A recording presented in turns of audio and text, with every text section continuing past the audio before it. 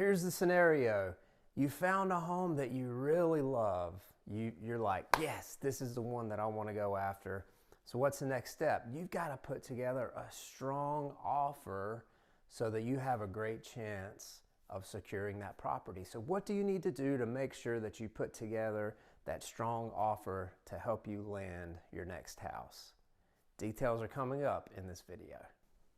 My name is Stephen Kodabash, and I'm a realtor located here in the northern Atlanta area, and I get to help people buy and sell houses every day.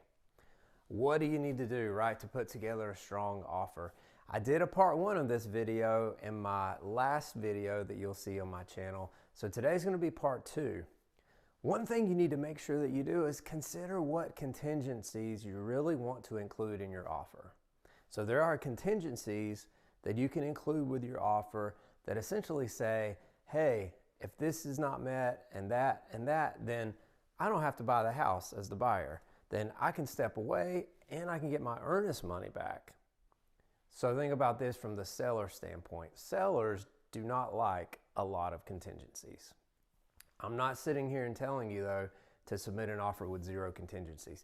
Don't get rid of all the contingencies, but really think through which ones are critical or important to you and include those in your offer. On the seller side, if you think about it for them, when they see a lot of contingencies built into the offer, they will probably sit back and think, we've got to meet, 1, 2, 3, 4, 5, 6 different criteria or whatever it is for the home to actually close. And they could say, I don't know if I want to go with that offer due to all of the contingencies. So really think through that part with your realtor. Hey, hold up a second. Did you hit that like button? Did you hit the subscribe button? Do it, do it, do it.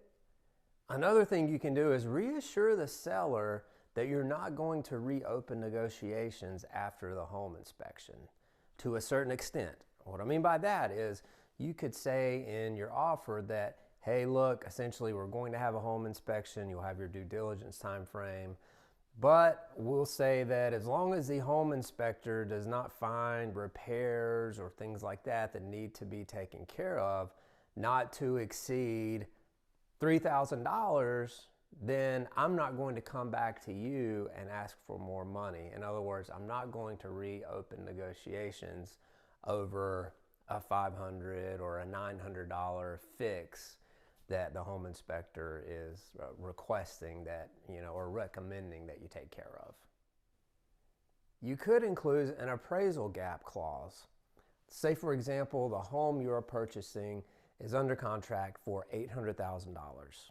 The appraisal comes back and the appraiser says, hang on, this home is worth $780,000. So you've got a $20,000 gap in the appraised value versus the contracted price of the home. So you could put in your offer, you could say, hey, look, if there is an appraisal gap, then I will cover up to $10,000 of that appraisal gap. So if you did that in this particular situation, then it was under contract at 800, appraisal came in at 780, so you would cover 10,000 of that gap, which would make the purchase price then $790,000. So appraisal gap coverage is something you could consider to strengthen your offer as well. Another thing you can do is come in strong with your earnest money. Come in strong with earnest money because what that does is that shows the seller that you're serious about the home and you're willing to put up a good chunk of your money to secure the property. So a lot of times earnest money amounts or 1 to 3% of the purchase price, somewhere in that range. But the stronger you come in with earnest money, then the better chance that your offer as a buyer will get accepted. Let's talk a little about the closing date. We all know in real estate, time is of the essence, right? A lot of times there are tight time frames at multiple spots throughout the process. Well, if you're a buyer and you have time on your hands, you have flexibility with when you close, then why not, when you're talking to the other side, say, hey, what closing date works out best for you guys? And include that closing date in your proposal, in your offer. because that shows them that, hey, you're willing to work with them and you want to do something for them. For example, the closing date that works best for them. And that's if you have time. Like I said, you may not have time. Maybe you have to close on a certain date. But if you have that flexibility, kind of extend that olive branch to the other side. And it's just a little goodwill that you can show the seller side, that you're being flexible and you're willing to do something for them that helps them out on their side of the transaction. So of everything that I've talked about, one big thing you can do to try to get your offer accepted is work with a real estate agent.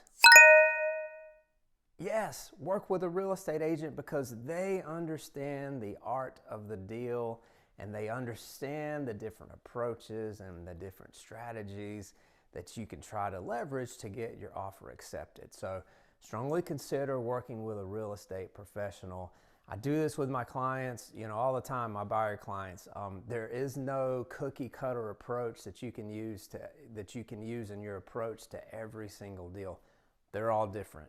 They're all different. People's circumstances are different. Every property is different.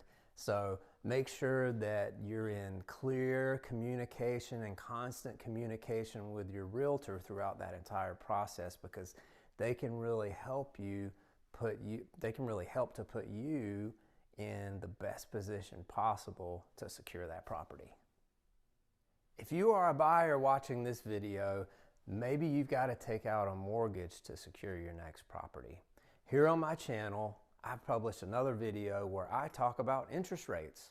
How do interest rates work on a mortgage, and how does that impact your finances? How does that impact your monthly payment every month? Check out that video next, and it'll help you understand the financial ramifications of a high or low interest rate. I really hope you've enjoyed this two-part series as we talk through buying a home and putting together a strong offer for a home. It's a key point, or it's a key part of the entire process, right? Because if you don't have a strong offer, then you're probably not going to be able to get that house or that property that you're pursuing. So I hope you learned a lot in this video. That's part of what I do is education, right? With my clients, my buyers and sellers. A lot of it is education, and I really want them to understand everything that's going on through the entire process so that we can make good decisions that will benefit them. So I hope this video helped you out, and I hope that you tune in again soon for the next one. You take care of yourself, and I will see you later.